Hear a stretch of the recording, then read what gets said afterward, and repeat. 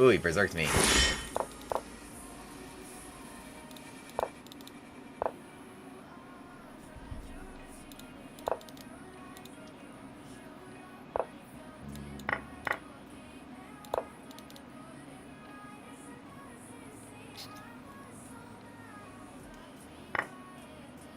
"5 minutes gives time to comment on the game." I agree.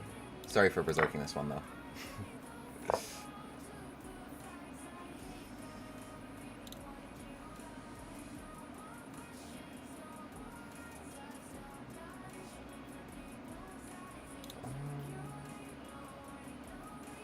Take this. This c-pawn is weak. I probably should be playing e5 and taking this. Yeah, I don't really have attacking possibilities anyway. I could play queen c7.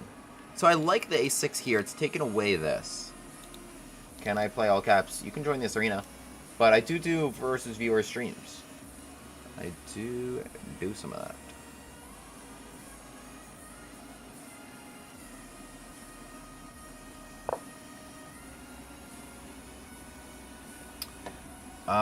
I think trade in ac6 is a pleasant endgame. I think this is also pleasant. I'm just going to trade. I'm honestly just going to trade, and I think this is really nice. I made them go king d1, the pawn is here. I don't think it's so easy for them to safe haven on c2. And this is interesting to play e4, but I'll just play it here. So long castle check is nice. Bishop c5, also logical. I think their position is kind of annoying. Kind of annoying. h4, rook d8, bishop c2. It's kind of an interesting combo. Alright, I will long castle. So bishop c2. Oh, they go there.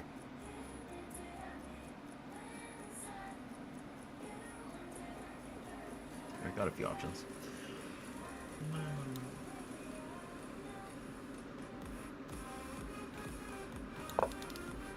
So, alright, well, it gives them the c2, I guess. Maybe, like, I was thinking about keeping that on the table. It's a little surprising. I mean, that makes more sense if queens are on the board. I'm not too concerned.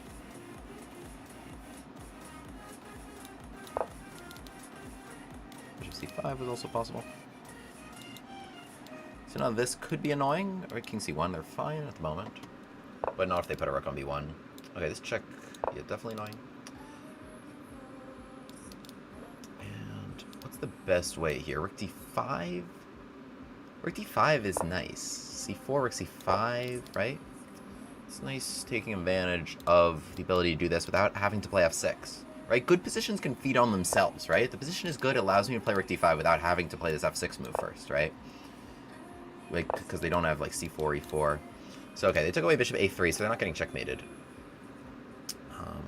That was smart. Now, c5, e4 is compelling.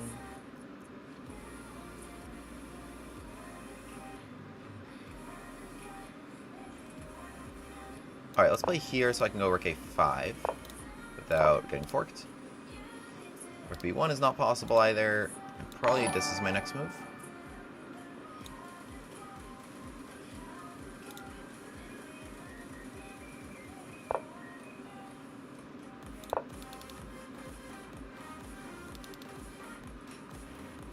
We got everything well guarded here.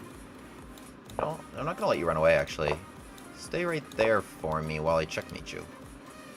Stay right there. You thought you were running away? Come back here, you. Come back here. Come back here. I think this was actually quite well played. This might actually be a good example of how to play chess, which is rare on this channel. So d4, knight f6, c4, a6. This is a fun line. This is a very fun line on my channel. Most people are playing knight c3, of course. c5. I mean, most people here push d5. in which case we get the delayed Banco, the Graif Banco, b5, and we get good lines of the Banco Gambit here where they probably take it, because we're playing b4, but all other lines, and I even give this move e6, but g6 transposes to one of the main Banco lines, but I even give this fun move e6 where there's a lot of ways white can go wrong. I cover everything else other than white taking the pawn, but most people end up taking this pawn. My opponent here played knight f3, which is also covered on my channel, where I recommend takes and d5. And in the original video, yeah, I talk about cd5 and I talk about e3. Here we've got a couple good options here, including dc4 and even just like queen c7, e5, b5, and the bishops are coming to nice diagonals, hitting all these pieces. So in the game here, cd5, knight d5, and g3, which is not a bad option. The pawn on a6 here is, well, the only reason this position isn't symmetrical, but the pawn on a6 is better than the knight on c3. Because actually taking away knight b5 and the knight potentially coming to c7, it can be annoying to keep the knight out of c7. It's really good. It's really good. For example, if they play with e4, we just take an e5. They can't do this. We can either trade queens or just queen c7, knight c6, and they've got some weaknesses they've got to deal with here. So their knight on c3 is not well placed, and if they take me, then queen d5, and it's annoying. You can't really develop the bishop without hanging g2 so easily. So I kind of like this for black. I think it's much harder than you'd think to get your pieces out for white. g3, there's logic to it. I just take e5, knight out, and queen c7 was playable, but this was better. Forcing a king takes d1 is always nice. And now knight c6, nice and easy. No bishop coming to b5, even if they played e4 last turn. No bishop coming to b5, because shout out to this pawn on a6. So they play bishop g2. I just develop bishop f5. I'm trying to make it as hard as possible. Not letting their king come to c2, where, you know, it would guard stuff and stay out of the way of my rooks and such. So I take that away. I'm trying to make life hard for them. So they play knight h4 to try to bring that opportunity back, but castles, and here I think they're kind of getting annoyed about this bishop c2 idea. Let's say bishop d2, now my bishop can even come to b2 and try to trap them. Like, there's a lot of relentless pressure here that comes really quick when your pieces are kind of not great, and mine are actually, you know, having a lot of space and being able to take advantage of several weaknesses and some poor white development and poor white king positioning, even without queens on the board. It's not like a general king unsafetyness, but it's more like your pieces can't get out of their own way, as long as we keep adding the pressure and not let them consolidate. Because if I just kind of did nothing, then okay, they could consolidate, and it's really probably not much. But I have some initiative here, and so I take advantage of that with long castles. Bishop d2 now, so they play, because they're not allowed bishop c2, so I just step back. Then they take this knight, and there's logic to taking this knight. I understand, like, this probably could become annoying, and it's good to just make trades, because you're just trying to get your pieces out. So they take on the c6, and play king c2, now that they can, so they finally drove my bishop away, able to play king c2, king looks safe there. But here comes more pressure, so I play bishop e7, taking away rook b1, because I can take this knight and give a check, so the rook can't come to the only open file, which is kind of annoying. So they go knight f3, trying to bring that back into the game, and now I give this check, driving you back to c1, which is annoying, because you wanted your rooks to coordinate, and rook d5, which I think is... Oh, I missed bishop a3, which would have been a phenomenal move. Yeah, king d1, and then this is just even worse. Look at bishop b2 can trap their rooks, right? But they just have... all their pieces are pinned or on their starting square. So I missed, actually, that move. I just kind of thought rook d5 was nice, because I was only focused on guarding this pawn. I was like, rook d5 or f6. Rook d5 is nice. There's no e4. c4 makes things worse after rook c5. So it's nice. Rook d5, I was focused on just getting all my pieces in the game. I missed bishop a3 completely. So they played a4 here. Good move, stopping bishop a3. So I just continue to bring my pieces in the game. Bishop e3 they play now.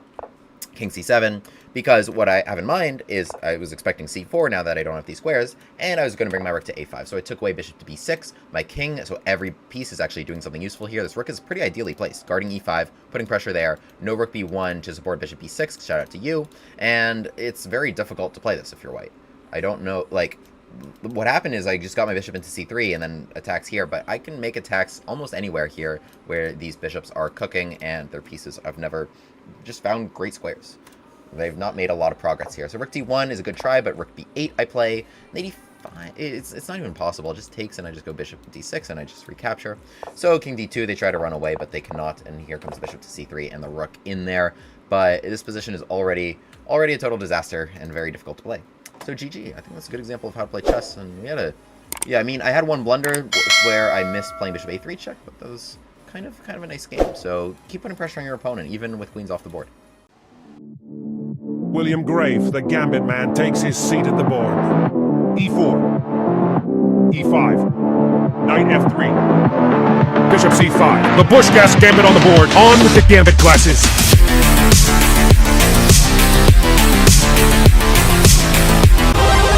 Hero pawn unlocked.